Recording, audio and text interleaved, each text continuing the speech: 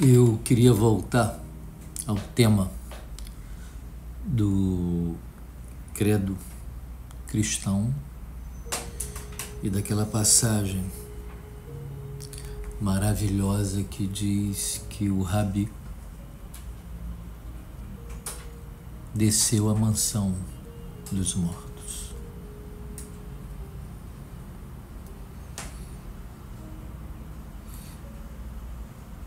Que mortos são esses?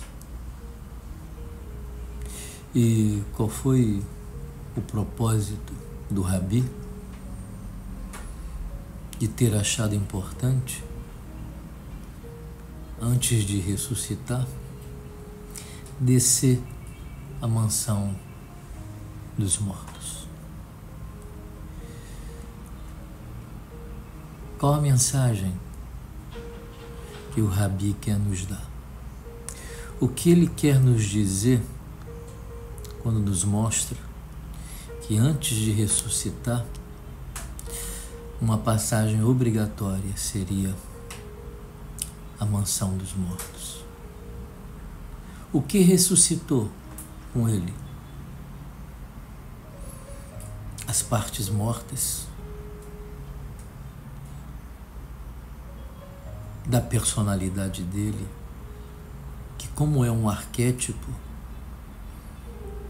representam também as partes mortas da nossa personalidade. Quanta coisa morreu sem verdadeiramente morrer dentro da gente.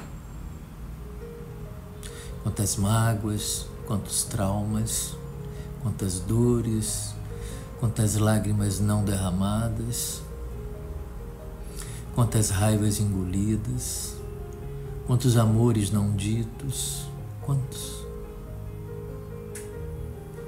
atos e omissões marcam a jornada humana. Atos em que fazemos o outro sofrer, atos que os outros perpetram contra nós, nos fazendo sofrer. Omissões ali onde poderíamos ter ajudado e nos esquecemos de ajudar. Ou de forma maldosa não ajudamos. Vingativamente não ajudamos. A gente é uma mistura de uma porção de coisas horríveis e de coisas boas. Cabe a nós decidirmos o que vamos regar dentro de nós. Se as coisas boas ou se as coisas ruins.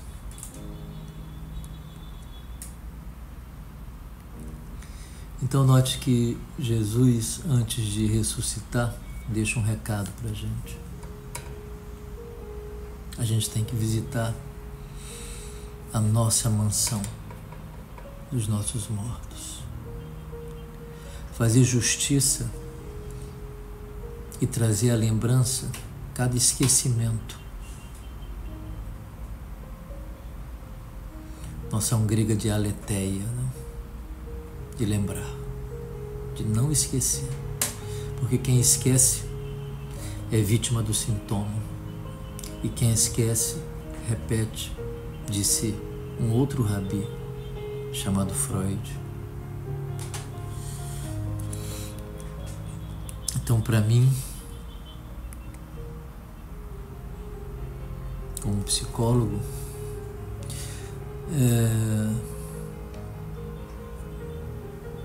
os meus mortos nunca estiveram mortos, de verdade. Eu sempre fui muito assombrado, desde criança. E hoje, olhando para trás, eu compreendo que eram os mortos da minha vida que queriam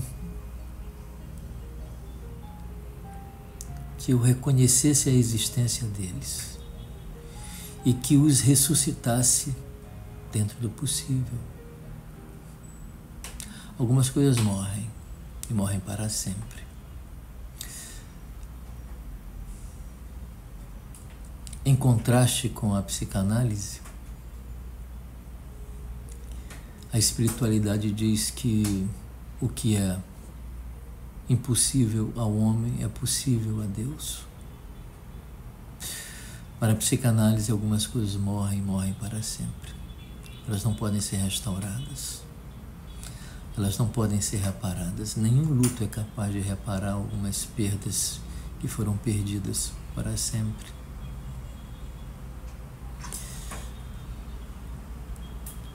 Ora, isso me parece verdade.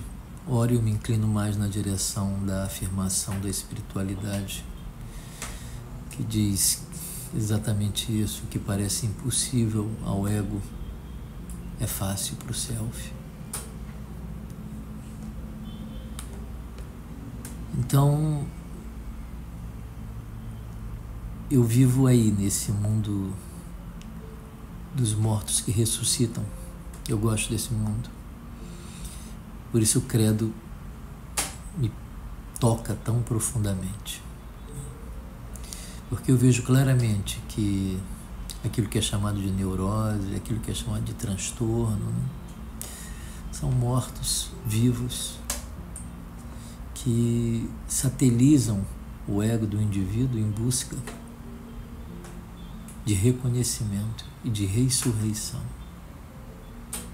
Para mim, essa é a ressurreição verdadeira. É quando você traz à vida partes de você que estavam mortas, mas que continuam vida. Dentro dessa morte tinha vida. Então, eu gosto do credo cristão. Eu gosto muito do catolicismo. Não consigo enxergar nada que seja tão teoterapêutico quanto o catolicismo. Não consigo.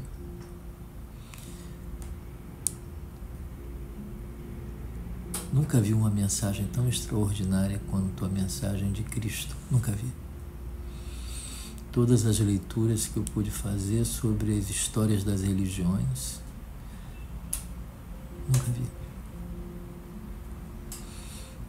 Verdadeiramente, Cristo é o alfa e o ômega. Não há nada depois desse arquétipo de Cristo. Nada. Ele verdadeiramente é a realização do tudo, do todo. O universo é finito. E esse fim, ou esse finito, é Cristo.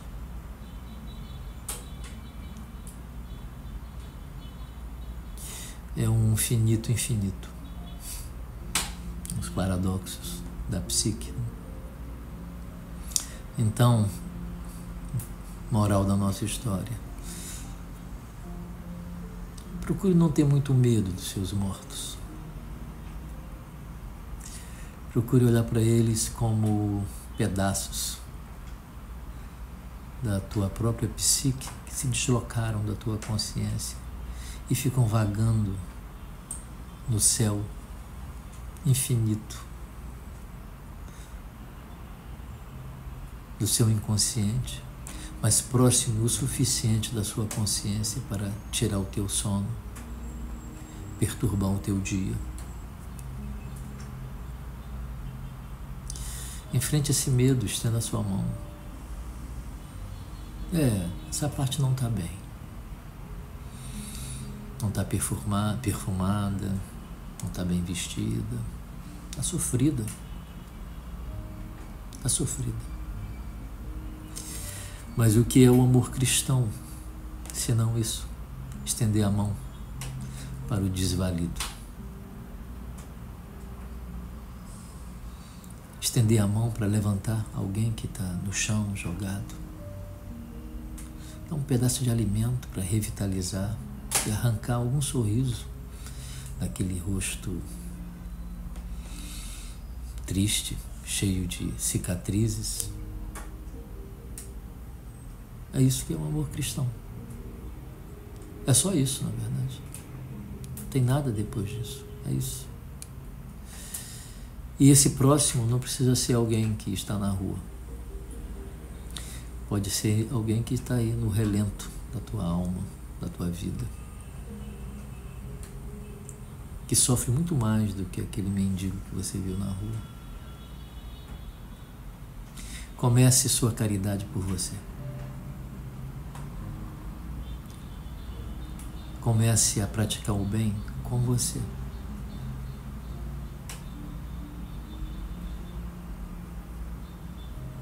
Isso fará com que você alcance, ou seja alcançada, por um amor puro, uma bondade pura. Entre todos os indigentes a serem ajudados, você é o primeiro. Quando a gente descobre isso,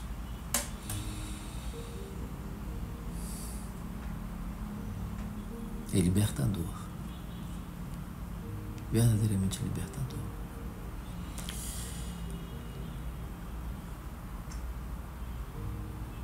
Deus abençoe a nossa terça-feira. E mais uma vez que nos traga a sabedoria tão desejada por Salomão, filho do grande rei Davi, a quem eu admiro profundamente. Nos dê sabedoria para descer à mansão dos nossos mortos, ficar ali o tempo que for necessário. Está deprimido? Está na mansão dos seus mortos.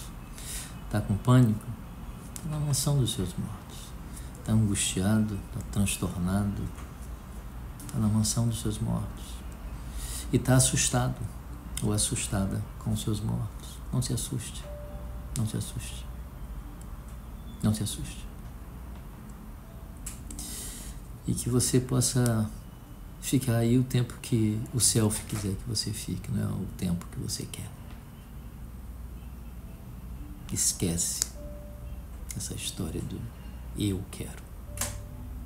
Esquece isso. Você não está nesse controle. Esquece isso.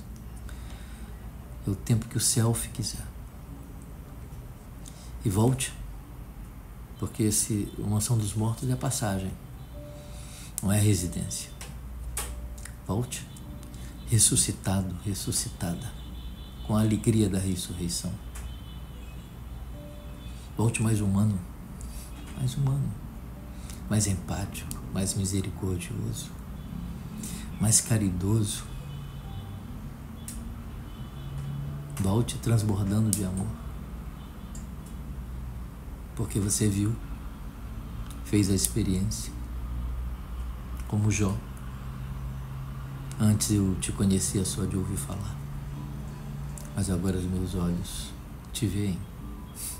Quanta diferença entre ouvir falar e ver. Quanta diferença. É isso. Engrandecido seja o nome do Senhor, como dizia Davi.